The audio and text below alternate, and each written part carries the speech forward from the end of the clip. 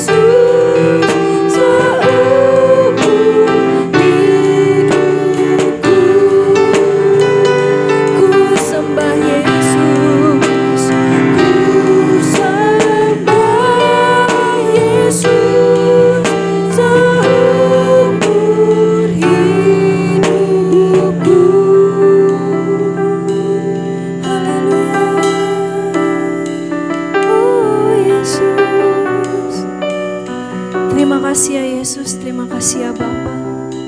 Terima kasih karena Engkau masih memberikan kami kesempatan untuk bersama-sama bersekutu pada jam doa Rabu ini ya Tuhan. Kiranya Tuhan yang mempersiapkan hati kami satu persatu anak-anak-Mu, agar hati kami siap ya Tuhan untuk memulai ibadah jam doa pada hari ini ya Tuhan. Dan kiranya Tuhan yang memberkati ibadah jam doa ini dari awal, pertengahan hingga akhirnya. Ampunilah segala dosa dan pelanggaran kami ya Tuhan. Di dalam nama Tuhan kami Yesus Kristus kami berdoa mengucap syukur. Haleluya. Amin.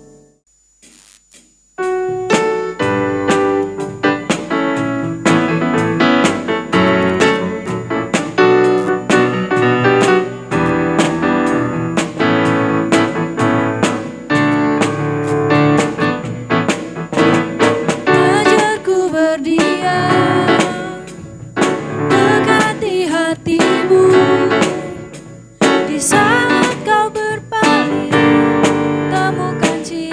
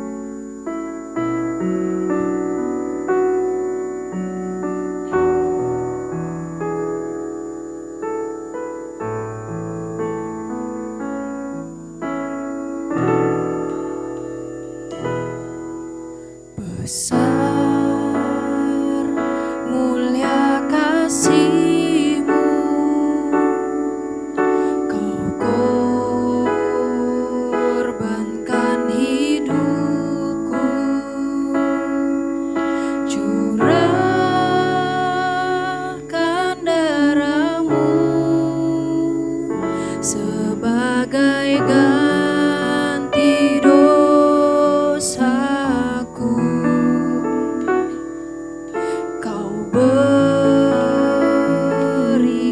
harapan di dalam kesesakan. Agunglah perbuatanmu, Yesus Tuhan penebusku. Karena kasih-Mu yang selamatkanku, menyucikan dan menebus hidupku. Ku naikkan syukur buat pengorbananmu, Maha mulia dan terindah Kau, Yesus. Kau berikan harapan, Kau berikan harapan di dalam kesesakan.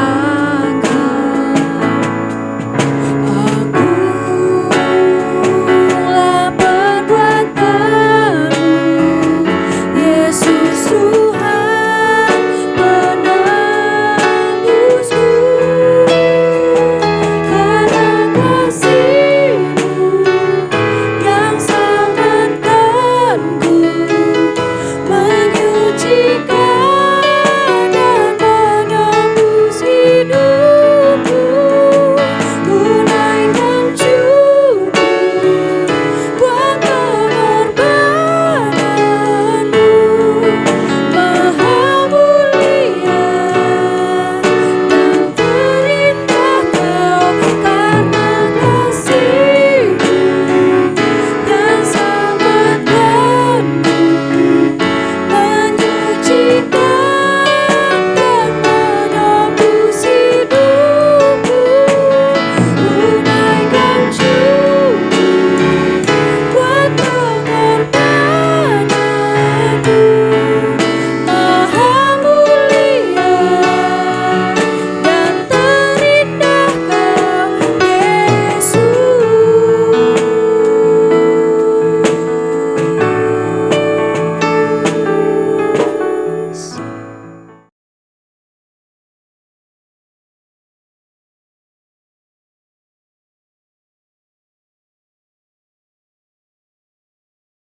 Salam, selamat malam Bapak Ibu yang terkasih dalam Tuhan Yesus. Selamat bersekutu dalam jam doa Rabu. Sebelumnya saya ucapkan selamat Paskah kepada Bapak Ibu Saudara semua, karena kita baru saja merayakan pada Paskah. Saya mengucap syukur dipercaya malam hari ini untuk membawakan sebuah renungan di jam doa ini.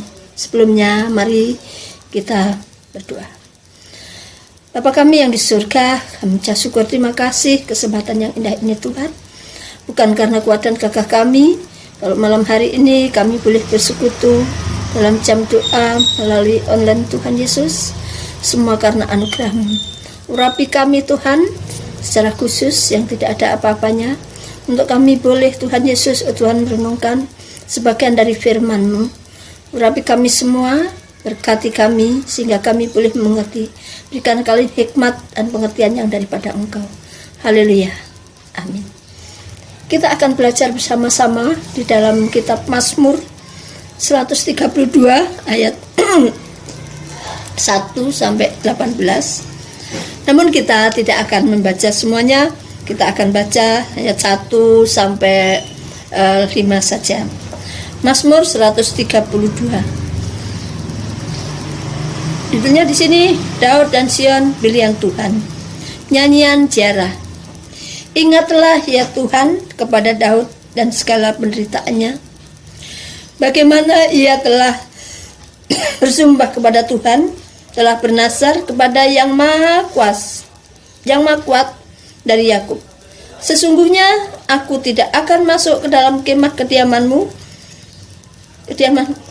tidak akan berbaring di ranjang pertiduranku.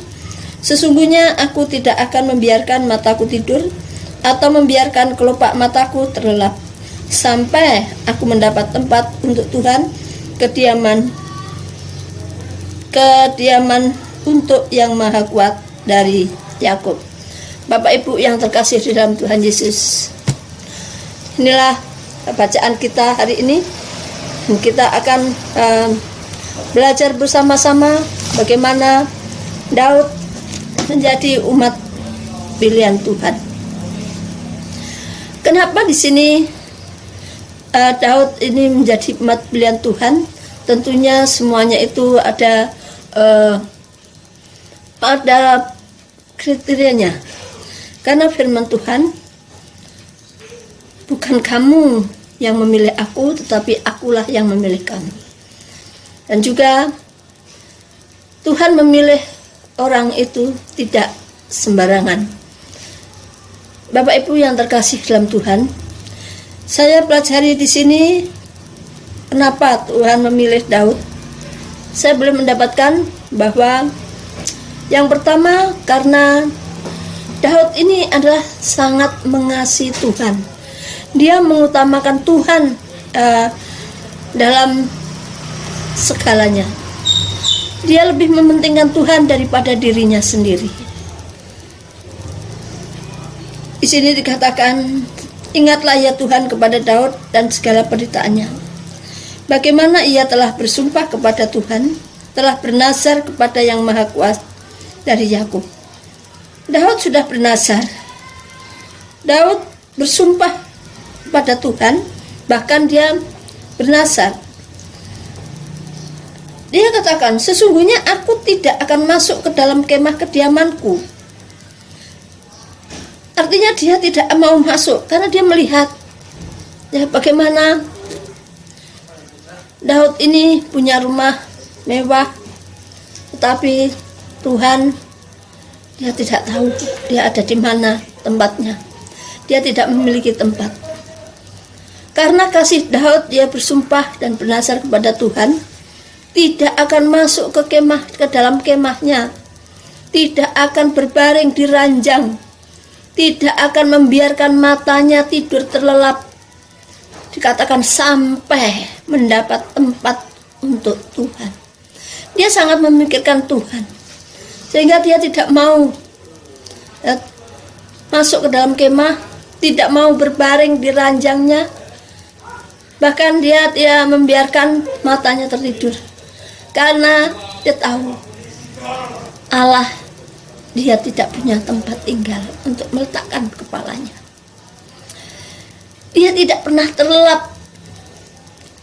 Dan inilah yang menjadi pikiran Daud. Sampai sebegitunya, karena apa?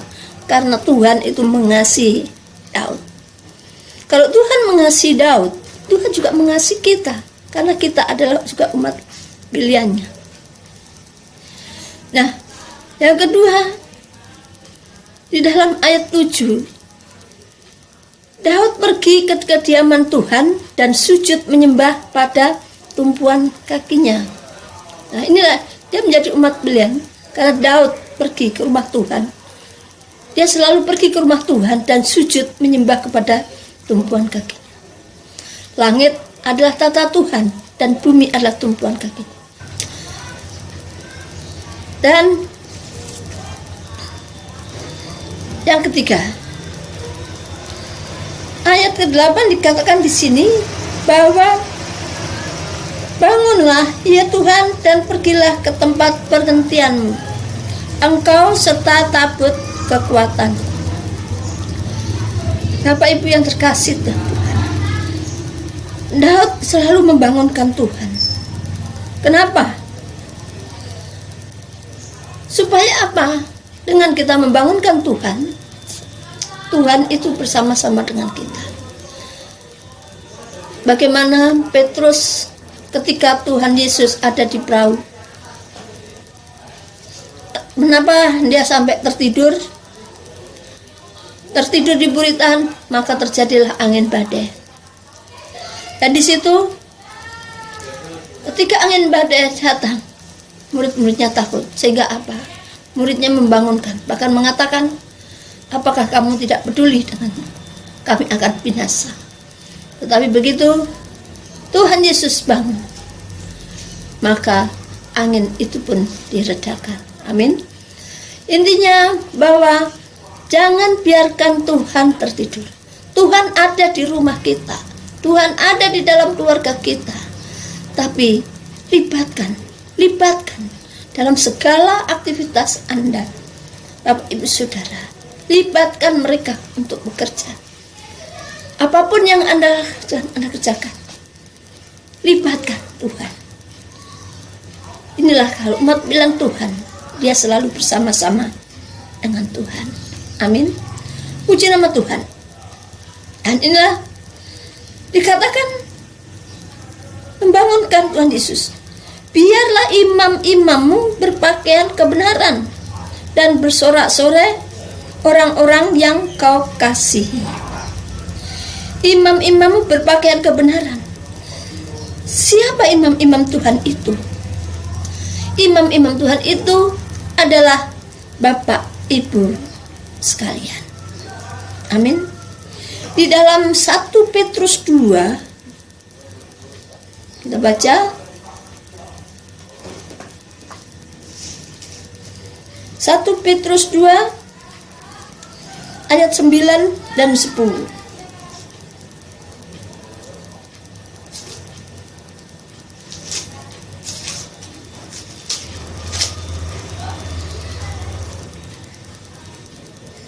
Satu Petrus 2 ayat 9 dan 10.